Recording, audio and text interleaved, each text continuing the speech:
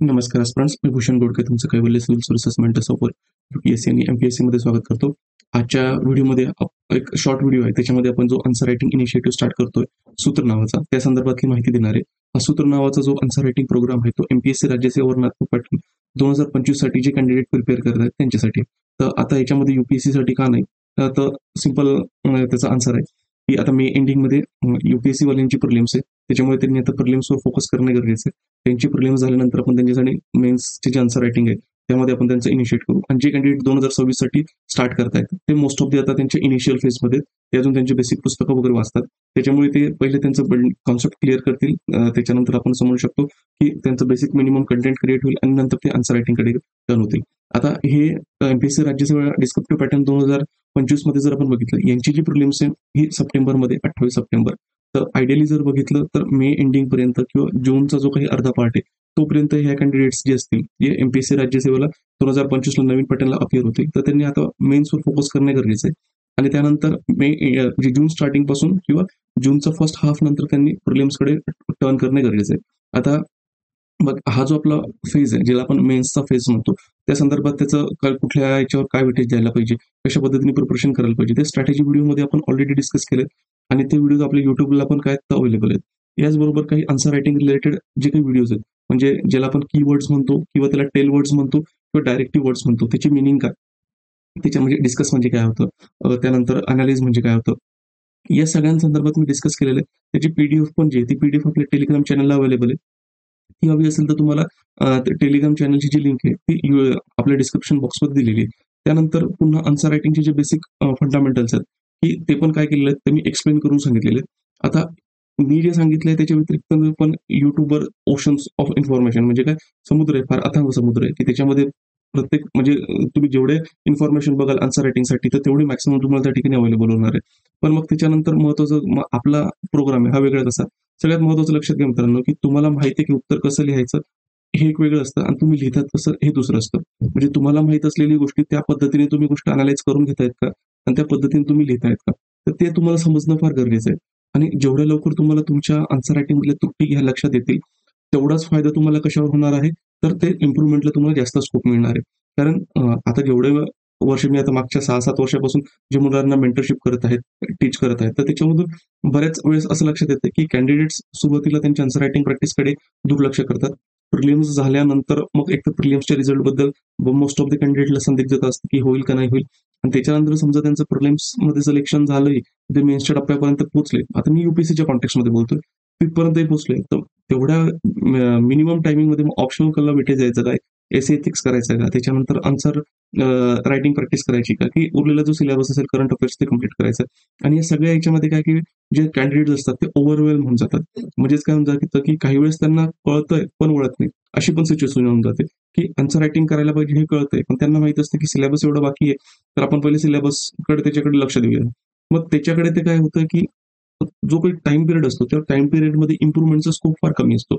आता मग आपण सूत्र हे जे काही आन्सर रायटिंग फ्रेमवर्क आहे याच्यामध्ये आपण काय प्रयत्न केलेला आहे की डेली आन्सर देण्यापेक्षा की प्रत्येक 5व्या दिवशी म्हणजे हा इनिशिएटिव्ह आपण 1 मार्च पासून स्टार्ट करत आहोत. म्हणजे एक 5 दिवसानंतर जो 6व्या दिवशी असेल तर तुमची मिनी टेस्ट असेल, त्याच्यामध्ये 5 क्वेश्चन्स असतील आणि या 5 क्वेश्चन्स जे असणार आहेत ते तुमचे एप्रिल म्हणजे मार्च आणि एप्रिल, ह्या मार्च आणि एप्रिलमध्ये जो तुमचा फर्स्ट फेज असणार आहे आन्सर रायटिंग प्रोग्रामचा, त्याच्यामध्ये जीएस 1 2 3 त्याच्यावर आपण फोकस करणार आहोत.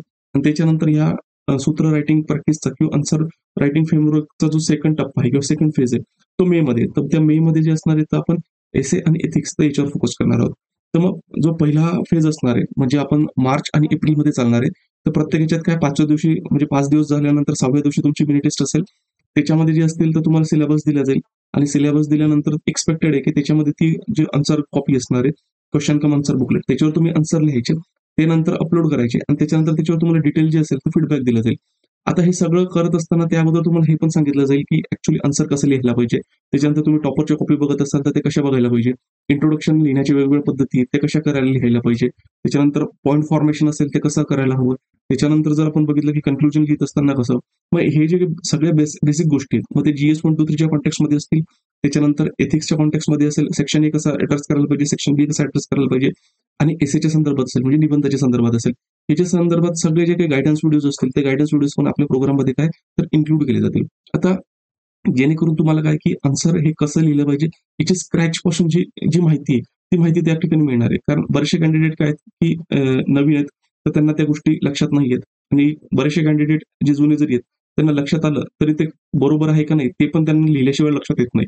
तर म्हणून ही गोष्ट आपण त्याच्यामध्ये एम्फोसाइज करणार आहोत की जे काही रूल्स म्हणतो आपण त्याला, की कुठलेही जर आपल्याला स्पोर्ट खेळायचा असेल तर त्याच्यामध्ये काय आहे की त्याचे रूल्स रेग्युलेशन माहित असले पाहिजे.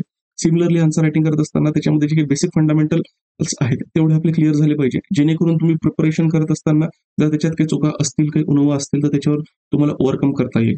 ठीक आहे. मग आता जसं तुम्हाला सांगितलं की 2 टप्प्यामध्ये आपण याला काय करणार तर डिवाइड केलेलं आहे. मार्च एप्रिलमध्ये जो असेल GS 1, 2, 3 याच्यावर आपण लक्ष केंद्रित करणार आहोत.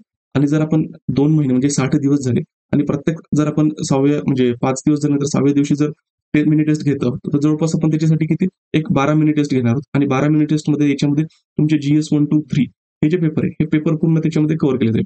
आता यामध्ये कॅन्डिडेटला प्रॉब्लेम येऊ शकतो की सर आम्ही कोर सब्जेक्ट तर करत आहोत, म्हणजे हिस्ट्री होते, जिओग्राफी होते, त्याच्यानंतर इकॉनॉमी होते, पॉलिटी होते, पण जे काही मेन स्पेसिफिक टॉपिक्स आहेत जसं पहिल्या पेपरमध्ये असेल तर सोसायटी, त्याच्यानंतर सेकंड पेपरमध्ये असेल तर गव्हर्नन्स असेल, सोशल जस्टिस असेल आणि इंटरनॅशनल रिलेशन, आणि GS3 मध्ये जर आपण बघितलं त्याच्यामध्ये सायन्स अँड टेक्नॉलॉजी असेल, त्यानंतर डिझास्टर मॅनेजमेंट आहे, आणि जर आपण सिक्युरिटीचा पार्ट बघितला, सायन्स अँड टेक्नॉलॉजी हा जर पार्ट बघितला तर मोस्ट ऑफ द कॅन्डिडेट्स काय होते की त्यांचे कोर्स सब्जेक्ट तर होत आहेत, पण हे मेन स्पेसिफिक टॉपिक्स जे असतील ते त्यांचे तोपर्यंत कव्हर झालेले नसणार आहे, आणि ते पण आपण काय केलं तर टेस्टमध्ये कव्हर केलेले आहेत. तर मग याचं प्रिपरेशन कसं करायचं, तर मग त्याच्यासाठी महत्वाचं काय की आपण टेंटेटिव्ह लिस्ट काय देणार तर टॉपिक्सची देणार की त्याच्यावर क्वेश्चन्स काय केले जातील तर फ्रेम केले जातील, आणि कॅन्डिडेटने फक्त तेवढे टॉपिक वाचून आन्सर लिहिणे काय आहे तर एक्सपेक्टेड आहे. आता पुन्हा लक्षात घ्या की आता या 2 महिन्यामध्ये काही तुमचा पूर्ण सिलेबस होणार आहे का, तर 101% म्हणजे टेस्ट सिरीज थ्रू होणार आहे का कम्प्लीट, तर 101% नाही होणार आहे. याचं मेन फंक्शन म्हणजे पर्पज काय आहे या आन्सर रायटिंग प्रोग्रामचा, की तुम्ही आन्सर रायटिंग करत असताना आतापर्यंत जे वेगवेगळे टाइप्स ऑफ क्वेश्चन्स कसे विचारले गेले, इन्क्लुडिंग UPSC आणि MPSCचे जे 2006 ते 2011 पर्यंतचे आहेत, त्याच्यामध्ये व्हरायटी ऑफ क्वेश्चन्स कसे आहेत, त्या व्हरायटी ऑफ क्वेश्चन्समध्ये लेवल ऑफ डेप्थ आन्सर रायटिंगची कशी असली पाहिजे, त्याच्यानंतर डील करत असताना कसं करायला पाहिजे, काही टाइम कन्स्ट्रेंट्स असतील तर ते कसे हँडल करायला पाहिजे, म्हणजे हे सगळे परम्युटेशन आणि कॉम्बिनेशन जे आहेत ना ते आपण याच्यामध्ये काय करणार तर एक्सपेरिमेंट करणार आहोत. जेणेकरून काय होणार आहे की तुम्ही प्रिपरेशन करत असताना कुठल्या अँगलने तुम्ही प्रिपेअर करायला हवं होतं हे तुम्हाला लक्षात येईल. कारण सगळ्यात महत्त्वाचं काय की ज्यावेळेस तुम्ही आन्सर लिहिता तर आन्सर लिहिणं म्हणजे काय की ज्या गोष्टी तुम्ही अभ्यासल्या आहेत, ज्या गोष्टी तुम्ही समजून घेतल्यात त्या गोष्टी तुम्हाला पेपरवर उतरवायच्या आहेत. मग पेपरवर उतरवत असताना तुमच्या अभ्यासामध्ये जर काही त्रुटी असतील, म्हणजे अभ्यास करण्याच्या पद्धतीमध्ये काही त्रुटी असतील तर ते तुम्हाला लगेच जाणवेल, आणि ते लगेच झाल्यानंतर तुम्ही पुन्हा काय करणार की तुमची मेथड जी असेल अभ्यासाची त्याच्यामध्ये इम्प्रूव्ह कराल, आणि पुन्हा त्याच्यावरती जी काही न्यू टेक्निक्स असेल ती किंवा न्यू मेथोडॉलॉजी असेल ते अप्लाय कराल, आणि त्याच्यानंतर तुमची जी काही अभ्यासाची प्रोसेस आहे ती सुधारेल, आणि याचा फायदा तुम्हाला कुठे होणार आहे तर आन्सर लिहिण्यामध्ये होणार आहे. हे सगळ्या गोष्टींचं जे परम्युटेशन आणि कॉम्बिनेशन आहे ते आपण ह्या जे टेस्ट ह्या टेस्टमध्ये काय करणार आहोत तर समजून घेणार आहोत, जेणेकरून कॅन्डिडेट्स काय होतील तर आन्सर रायटिंगची जी त्यांच्या डोक्यामध्ये भीती असणार आहे तर ती काय होईल ती निघण्यामध्ये त्या ठिकाणी मदत होईल. आणि त्याच्यानंतर जर आपण बघितलं की सगळ्यात महत्वाचं की मग त्याच्यानंतर सेकंड टप्प्यामध्ये आपण काय करणार आहोत तर GS4 आणि SF याच्या संदर्भात पण एथिक्सची आन्सर रायटिंग करत असताना कशी करायला हवी, केस स्टडीज सॉल्व्ह करत असताना ह्या कशा करायला हव्या, त्याच्यानंतर निबंध असतील तर निबंध लिहित असताना कसे लिहायला पाहिजे. मग स्टार्टिंग फ्रॉम युअर इंट्रोडक्शन, त्याच्यानंतर तुम्ही जे इंट्रोडक्शन करतात तर किती टाईपचे ते लिहायला कसे पाहिजे, त्याच्यानंतर जे असेल तर जे तुम्ही पॉईंट फॉर्म करतात किंवा आपण असं म्हणू शकतो जे प्रत्येक पॅसेजेस लिहितात थेसिस किंवा अँटीथेसिस स्वरूपात मध्ये असतील, किंवा आपण म्हणू शकतो की कॅन्डिडेट त्याच्यामध्ये पेस्टल अप्रोच पण वापरतात. हे करत असताना ऍक्च्युली तुम्ही लिहित असताना हे कसं लिहिलं पाहिजे, त्यानंतर जे काही इंट्रोडक्शन नंतर मेन बॉडी आणि मेन बॉडी नंतर कन्क्लुजन, याच्यामध्ये ते लिहित असताना कसं लिहायला पाहिजे, व्हरायटी ऑफ वे मध्ये कसं लिहायला पाहिजे, या सगळ्या गोष्टीचं जे असेल तर ते आपण काय करणार आहोत याच्यामध्ये जे काही डिस्कशन व्हिडिओज आहेत ते डिस्कशन व्हिडिओज त्याच्यामध्ये आपण घेणार आहोत, जेणेकरून लिहित असताना तुम्हाला असं नाही झालं पाहिजे की आपण नुसती टेस्ट लावलेली आहे आणि त्याच्यानंतर आपल्याला क्वेश्चन मिळतोय, क्वेश्चन मिळाल्यानंतर आपण उत्तर लिहितोय, उत्तर लिहिल्यानंतर फक्त शेअर करतोय, मग त्याच्यामध्ये कुठली कमेंट येत नाहीये आणि कोणी सांगत नाही त्याच्यामध्ये काय इम्प्रुव्हमेंट करायला पाहिजे, आणि तेही झाल्यानंतर समजा काही कमेंट आली तर फक्त काही ठिकाणी गुड, वेल, इम्प्रूव्ह, खाली, मार्क, असं नाही. प्रत्येक सेक्शनमध्ये जर तुम्हाला इम्प्रुव्हमेंट करायची असेल ते कशी करायला हवी, त्याच्यामध्ये तुम्ही काय ऍड करायला हवं होतं, कुठल्या गोष्टी ऍड करायला का नव्या होत्या, म्हणजे ह्या गोष्टी तुम्हाला कळणे गरजेचं आहे, जेणेकरून तुमची जी आन्सर रायटिंग असेल ना ते इम्प्रूव्ह होणार आहे. त्या सगळ्या गोष्टी ज्या असणार आहेत त्या आपण ह्या प्रोग्राममध्ये काय तर इन्क्लूड करणार आहोत. मग आता त्याच्यानंतर ज्यावेळेस तुम्ही आन्सर कॉपी तुमची देणार आहात मिनी टेस्ट, तर ती तुम्हाला 1 दिवस अगोदरची असेल. म्हणजे जो आपला शेड्यूल टेस्ट टाइम टेबल तो इथं खाली मी तुम्हाला दाखवतो. त्याच्यामध्ये कुठल्या डेटला टेस्ट होतील त्या मेन्शन केलेल्या आहेत. त्याच्यानंतर त्या डेटच्या 1 दिवस अगोदर आपलं जे पोर्टल म्हणजे सॉरी आपलं ॲप जे आहे त्या ॲपमध्ये ही टेस्ट अवेलेबल करून दिली जाईल. तिथे जाऊन तुम्ही प्रिंट करून घ्यायची आणि प्रिंट काढल्यानंतर त्याच्यावर जी डेट आपली मेन्शन आहे त्या दिवशी टेस्ट लिहायची आणि टेस्ट लिहिल्यानंतर अपलोड करायची. ज्या दिवशी टेस्ट असाइन आहे म्हणजे ज्या दिवशी ते कंडक्ट करण्याचा प्रीडिटरमाइन आहे त्याच दिवशी जर तुम्ही टेस्ट लिहून अपलोड केली तर ते पुढच्या 3 दिवसामध्ये तुम्हाला इव्हॅल्युएट करून मिळून जाईल. जेणेकरून उरलेल्या 2 दिवसानंतर ज्यावेळेस तुम्ही पुढच्या टेस्टला समोर जाणार आहात तर मागच्या ज्या चुका झालेल्या त्या तुमच्याकडनं रेक्टिफाय झालेल्या पाहिजे. आणि याच्यामध्ये जर समजा तुमची म्हणजे जो डिझाईन केलेली किंवा डेस्टिन डेट आहे आपली त्या दिवशी जर तुम्ही नाही लिहिलं आणि त्याच्यानंतर लिहिलं तर मॅक्सिमम तुम्हाला 7 दिवसाच्या तुमची जी आन्सर कॉपी असेल ते डिटेल फीडबॅक त्याच्यामध्ये येऊन जाईल. प्रत्येक क्वेश्चनचं जे तुम्ही आन्सर लिहिणार तर त्याच्यावर तुम्हाला कमेंट असेल. त्याच्यानंतर ओव्हरऑल जे कमेंट्स असतील त्याला आपण मॅक्रो कमेंट्स म्हणतो ते पण दिले जातील. आणि ती कॉपी एकदाची इव्हॅल्युएट झाल्यानंतर तुमच्यापर्यंत आल्यानंतर तुम्ही माझ्याशी 1 to 1 जे असेल मेंटरशिप तर ते डिस्कस करू शकतात की त्याच्यामध्ये तुम्हाला काय अडचणी आल्या, कुठे इम्प्रूव्हमेंट करायला पाहिजे. ते सगळ्या गोष्टी काय केल्या जातील तर तुम्हाला सांगितले जातील. याचबरोबर याचे जे मॉडेल आन्सर्स आहेत ते मॉडेल आन्सर्स दिले जातील. आपले जे टेस्ट जर असणार आहे ते बायलिंग्वल असणार आहे. म्हणजे इंग्लिश आणि मराठी दोघी क्वेश्चन्स दिले जातील. त्यांचे मॉडेल आन्सर सुद्धा इंग्लिश आणि मराठी दोघांमध्ये दिले जातील. त्यानंतर याचं जे डिस्कशन असणार ते इंग्लिश म्हणजे मराठी प्लस इंग्लिश बायलिंग्वल वे मध्ये आपण काय करणार याचं जे डिस्कशन आहे तर डिस्कशन व्हिडिओचे अपलोड केले जातील. जेणेकरून क्वेश्चनला तुम्ही कसं अटेम्प्ट करायला पाहिजे होतं. याच्यामध्ये व्हरायटी ऑफ वेज कसे होते की कशा पद्धतीने तुम्ही उत्तर लिहू शकले असते. ते काय केलं जाईल त्या गोष्टी त्याच्यामध्ये डिस्कस केल्या जातील. जेणेकरून तुम्हाला काय होणार आहे की आन्सर रायटिंगची जी व्हरायटी असेल व्हरायटी इन द सेन्स की कुठल्या क्वेश्चनला कुठल्या पद्धतीने तुम्ही हँडल करू शकता किंवा नंबर ऑफ ऑप्शन्स तुमच्याकडे असतील आणि ऍट द मोमेंट जी सिच्युएशन असेल त्या सिच्युएशन मध्ये तुम्हाला जे बेस्ट पॉसिबल ऑप्शन वाटतं त्या पद्धतीने तुम्ही त्या क्वेश्चनला काय करू शकता तर ऍड्रेस करू शकता. सगळा प्रोग्राम जो असणार आपला ऑनलाईन चालणार आहे त्याच्यामुळे तुम्ही महाराष्ट्रात म्हणा किंवा देशात म्हणा किंवा दुसरे कुठे प्रिपेअर करत असाल तर तुम्ही याला काय करू शकता जॉईन करू शकता. आता त्याची जर फी संरचना वगैरे जर बघितली तर पहिल्या टप्प्यासाठी आपण ओनली 1100 ठेवलेली आहे. टप्प्या 2 साठी 900 ठेवली आहे आणि जर दोघी तुम्ही घेतले तर 1800 ठेवलेली आहे. म्हणजे जवळपास याच्यामध्ये तुम्हाला जर बघितलं एक तुम्हाला 20% डिस्काउंट याच्यामध्ये मिळून जातो. आणि ह्यामध्ये जर कॉम्बो पॅकेज जे घेतात आणि पहिले जे 20 कॅन्डिडेट्स घेतील त्याच्यामध्ये त्यांना आपण काय केलेलं आहे या 1800 मध्ये अजून 10% जो डिस्काउंट आहे तो त्याच्यामध्ये दिलेला आहे. म्हणजे तुमचा इफेक्टिव्हली हा जो कोर्स होतो नियर अबाउट 1600 पर्यंत वगैरे काय तर जातोय. आता याची जी काही आपली आपण म्हणू शकतो ऍडमिशन असेल ती ऍडमिशन जी असेल ती आपल्याला 18 फेब्रुवारी पासून स्टार्ट होणार आहे. त्याच्यानंतर आपला जो प्रोग्राम चालतोय हा प्रोग्राम काय 1 मार्च ते 30 जून म्हणजे 30 जून पर्यंत चालतोय. म्हणजे 1 मार्च पासून मार्च एप्रिल पहिला टप्पा चालणार आहे GS 1 to 3 चा. टप्पा जो दुसरा असणार आहे मे मध्ये तर याच्यामध्ये एसे आणि एथिक्स हे इन्क्लूड असणार आहे. आणि एक्स्ट्राचे जून महिना याच्यासाठी दिलेले आहेत. काही कॅन्डिडेट्सच्या समजा मिनी टेस्ट लिहायच्या या मिस झाल्या असतील तर ते जून मध्ये काय करू शकतात तर कम्प्लीट करू शकतात. आणि एकदा 30 जून संपले तर त्याच्यानंतर तुमचा जो ऍसेस असणार ह्या कोर्सला तो थांबवला जाईल. त्याच्यानंतर तुम्ही त्याच्यानंतर उत्तर लिहून जर पाठवली तर ती इव्हॅल्युएट करून नाही दिली जाणार. एवढ्या वेळेमध्ये जर तुम्ही करू शकत असाल तुमचा अभ्यास झालेला असेल तरच कोर्स जॉईन करा. उगाच जॉईन करायचं म्हणून करू नका. कारण एवढ्या कमी फी मध्ये चांगल्या क्वालिटीचं तुम्हाला इव्हॅल्युएशन देणं हे खास करून most of the candidates approach झाल्यानंतर लक्षात आलं की काहींनी क्लास जॉईन केलेले आहेत, काही सेल्फ प्रिपेअर करतायत. काहींच्या बाबतीमध्ये जर असेल तर तेवढी फायनान्शियली त्यांची स्ट्रेंथ नाहीये. तर या सगळ्या गोष्टी लक्षात घेऊन हा जो कोर्स आहे हा कोर्सची फीज जी मी ठेवलेली आहे फार मिनिमम ठेवलेली आहे. आणि त्याच्यामुळे तुम्हाला रिक्वेस्ट आहे की जे खरंच ज्यांनी प्रिपरेशन केलं असेल जे टेस्ट लिहू शकतात त्यांनीच लिहा. हौशे गौशांनी याच्यामध्ये काय करूया तर एंटर करण्याचा प्रयत्न म्हणजे केलं तुम्हाला तर इव्हॅल्युएट करून मिळून जाईल नो इश्यू. पण तुमचे रिसोर्सेस वेस्ट होतील आणि मी जो टाइम देतोय तर तो पण त्याच्यामध्ये काय होणार तर वेस्ट होणार आहे. तर आता जे आपले ऑलरेडी आपले काही प्रोग्राम चालू आहेत त्याच्यामध्ये सिद्धार्थ मेंटरशिप बॅच आहे. त्याच्यामधल्या कॅन्डिडेटला याच्यासाठी काही फीस पे करण्याची गरज नाहीये. त्याच्यामध्ये पण टर्म्स अँड कंडिशन आहे की ज्या दिवशी टेस्ट आहे त्याच दिवशी त्यांनी लिहून ही सेंड केली पाहिजे. ठीक आहे. त्याच्यानंतर जर त्यांनी सेंड केली तर ती इव्हॅल्युएट नाही केली जाणार. त्याच्यानंतर उरलेल्या ज्या बॅच आहेत आमच्या म्हणजे उरलेल्या ज्या काही बॅचेस असतील त्याच्यामध्ये कुठल्याही कॅन्डिडेटला समजा जॉईन करायचं असेल तर त्याच्या कॉम्बो पॅकेजवर त्याला काय मिळणार तर 50% जी असेल ती सवलत त्याला मिळेल. आणि त्याच्यानंतर जे काही पहिले 20 कॅन्डिडेट्स आपल्या प्रोग्रामला जॉईन होतील तर त्यांना 10% जी सवलत आहे ती त्या ठिकाणी काय तर दिली जाईल. आता याच्या अधिक माहितीसाठी जे ना तर आपण ब्राउचरमध्ये याच्यातली जी इन्फॉर्मेशन आहे ती फार डिटेलमध्ये काय केलेली आहे तर डिस्कस केलेली आहे. मग याच्यामध्ये की आपण डेली आन्सर रायटिंगच्या जागेवर फुल लेंथ आणि फुल लेंथ टेस्टच्या जागेवर मग ही मिनी टेस्ट घ्यायला घेत आहोत. पुन्हा लक्षात घ्या ह्या प्रोग्रामचा आपला जो पर्पज आहे हा पर्पज म्हणजे तुमच्या आन्सर रायटिंग मध्ये इम्प्रूव्ह करणे. आणि त्याचबरोबर जेवढं शक्य होईल तेवढा सिलेबसचा पार्ट त्याच्यामध्ये कव्हर करणे. हा जो फोकस आहे, हा फोकस म्हणजे काय, तुमच्या आन्सर रायटिंग मध्ये जे उणीव असतील त्याच्यावर वर्कआउट करणे, हा आपला प्रायोरिटी आहे. त्याच्यानंतर सेकंड म्हणजे जेवढ्या उरलेलं ड्युरेशन म्हणजे आपलं 2 ते 3 महिन्यामध्ये जेवढा तुमचा सिलेबस तुमच्याकडनं कव्हर होईल तेवढा तो त्याच्यामधून काय केला जाईल, तर कव्हर केला जाईल. पण फर्स्ट प्रायोरिटी आपल्याला तुमची आन्सर रायटिंग असेल ती इम्प्रूव्ह करायची.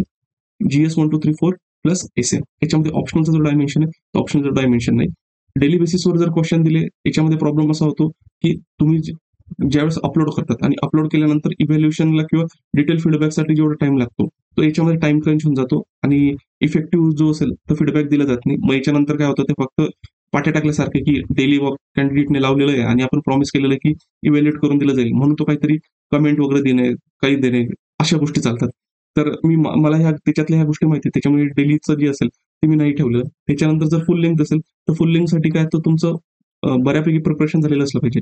आता मोस्ट ऑफ द कॅन्डिडेट्स जे म्हणजे एमपीएससी साठी प्रिपेअर करत आहेत, एक तर त्यांच्या इनिशियल फेजमध्ये किंवा मिड फेजमध्ये, तर मग आता काय त्यांचं ऑप्शनल चालू आहे, त्याच्यानंतर त्यांचे जीएस जे असेल ते जीएस चालू आहे. तर जीएसचे ऍटलीस्ट 2-1 रिडिंग झालेले असतील तर त्याच्यानंतर त्यांना नोट्स प्रिपेअर करायचे आहेत. आणि मग त्याच्यानंतर जर तुमचा कुठे बऱ्यापैकी अभ्यास झालेला असेल तर मग तुम्ही फुल लेंथ टेस्ट वगैरे जे असेल तर त्याला पण जाऊ शकतो. तर म्हणजे आता मोस्ट ऑफ द कॅन्डिडेट्स त्या फेजमध्ये पण नाहीये.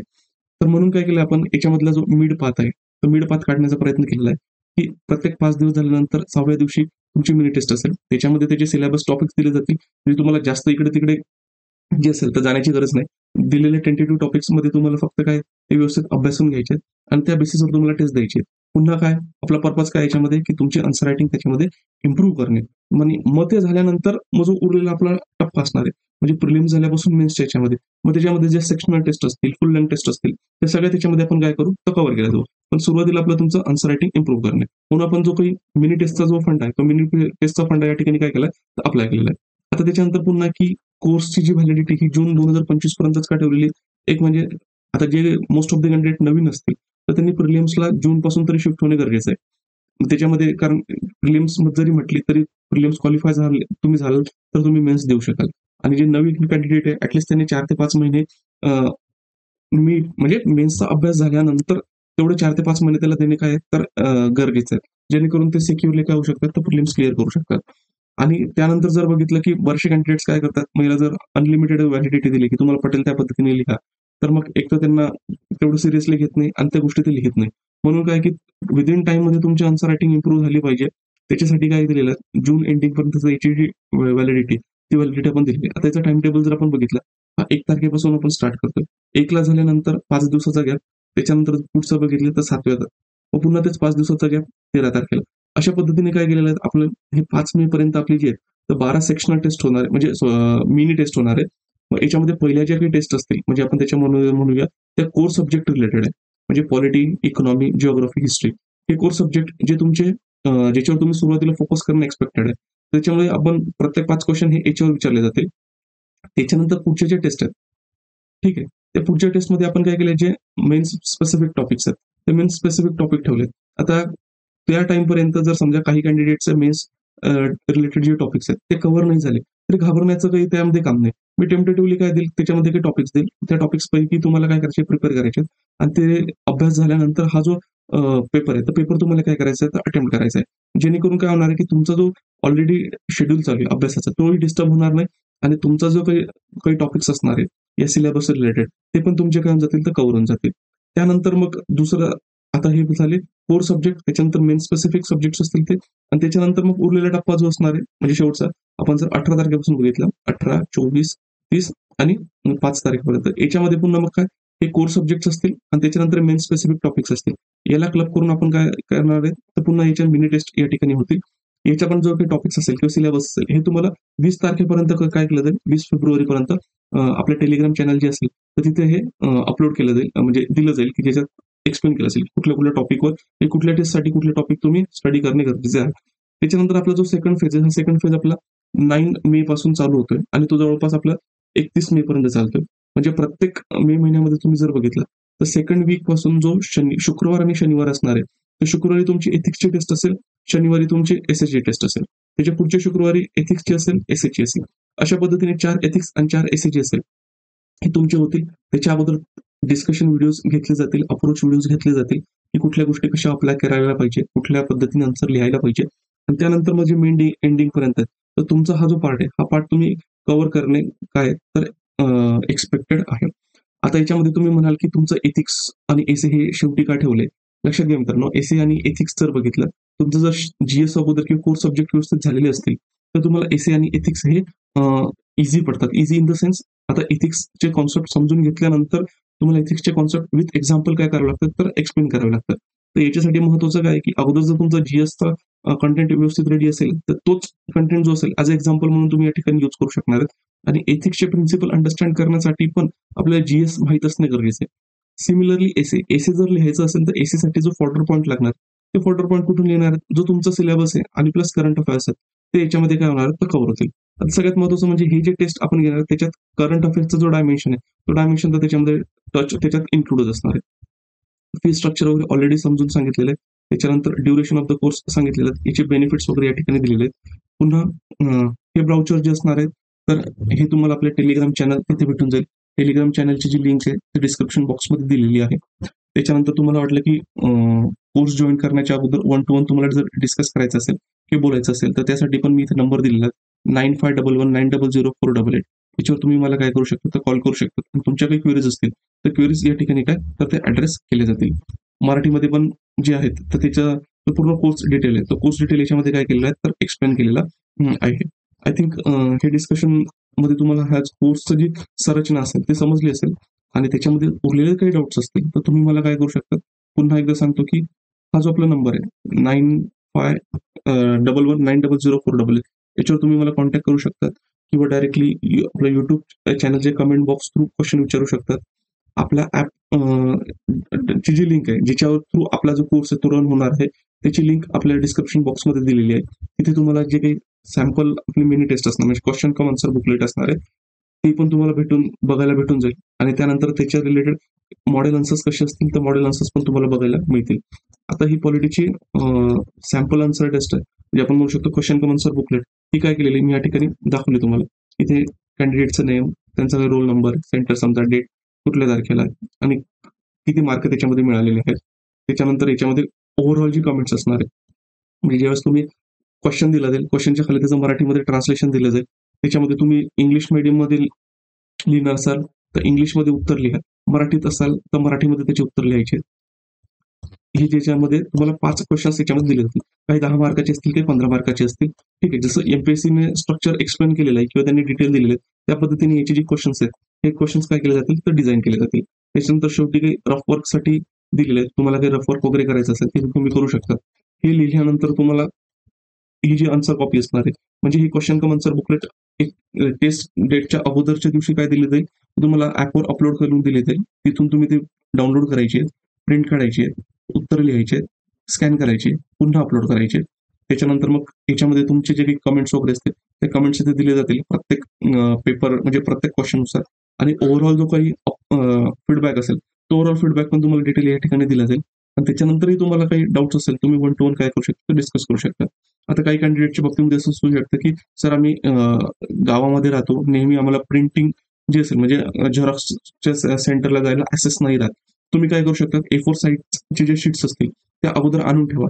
ते आणल्यानंतर तुम्हाला काय करायचं आहे, की A4 शीट्स साईज असणार आहे ना, तर त्याच्या लेफ्ट हँड आणि राईट हँड साईडला मार्जिन सोडायचे आहेत. आणि मार्जिन सोडल्यानंतर क्वेश्चन आणि त्या ठिकाणी काय तर तुम्हाला लिहून घ्यायचे आणि त्याचे उत्तर त्याच्या खाली तुम्ही लिहू शकता. म्हणजे 10 पेजेस 10 मार्काचा जर असेल तर 2 पेजेस त्यासाठी घ्यायचे. म्हणजे फर्स्ट पुढच्या साईडचा भाग आणि मागच्या साईडचा भाग, म्हणजे हे काय हे 2 पेजेस झालेले 10 मार्कासाठी. आणि 15 मार्कासाठी असेल तर 3 पेजेस. 3 पेजेस म्हणजे काय, हा एक भाग, त्याच्या पाठीमागचा भाग आणि जर नवीन पेज असणार आहे त्याच्या पुढचा भाग. हे 3 पेजेस तुम्ही काय तर 15 मार्कासाठी अलॉट करायचे आणि त्याच्यानंतर त्याच्यावरही उत्तर लिहून तुम्ही स्कॅन करून ते पाठवू शकता. फक्त लक्षात घ्या की त्याच्यामध्ये काय करायचं आहे, तुम्हाला राईट हँड साईडला आणि लेफ्ट हँड साईडला जागा सोडायची, जेणेकरून तिथे तुम्हाला कमेंट दिल्या जाऊ शकतील. दुसरी गोष्ट त्याच्यामध्ये हे जे असणार आहे, एक पेज तुम्हाला कोरं सोडायचे आणि त्याच्यानंतर तुमचं जो नाव असेल, ते तुमचे जे डिटेल्स असतील, त्या डिटेल्स तुम्हाला त्याच्यावर काय करायचे आहेत, ते लिहायचे आहेत. जेणेकरून काय होणार आहे, की इव्हॅल्युएशन झाल्यानंतर तुम्हाला आम्हाला तुमच्या पोर्टलवर म्हणजे तुमच्या सेक्शनला ते अपलोड करायला इझी पडतंय. ठीक आहे. तर हा जो व्हिडिओ असेल, याची इन्फॉर्मेशन तुमच्या जास्तीत जास्त मित्रांपर्यंत पोहोचवा.